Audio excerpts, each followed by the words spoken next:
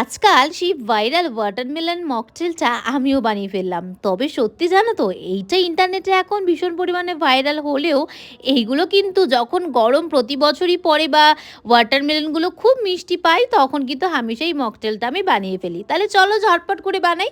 ফার্স্টে আমি তরমুজটাকে দুটো ভাগে কেটেছি, একটা এইভাবে কেটে নিয়েছি আর একটা খুব ছোটো ছোটো টুকরো করেছি। আর একদিকে আমি সবজা সিডটা ভিজিয়ে নিয়েছি। আর এই গোঁদ কাটিলা, যেটা এখন ইন্টারনেটে এত ভাইরাল, তবে জানো তো এইটা কিন্তু আমরা ছোটোবেলা থেকেই কম বেশি খেয়ে আসছি। এটা ছোটোবেলা থেকেই আমরা এটাই জেনে এসেছি, এটা খেলে পেট শরীর ঠান্ডা থাকে, বিশেষ করে গরমকালে খাওয়া ভীষণ ভালো।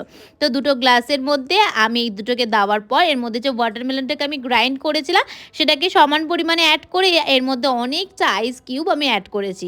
আর ওপর দিয়ে যেই কুচো ওয়াটারমেলনগুলো সেগুলোকেও দিয়ে দিয়েছি। দেখতেও বেশি ইয়াম্মি আর খেতে তো আরও ইয়াম্মি হয়েছে। তাহলে তুমি কেন লেট করছো? ঝটপট করে ভিডিওটা দেখার পর কাল অবশ্যই ট্রাই করো।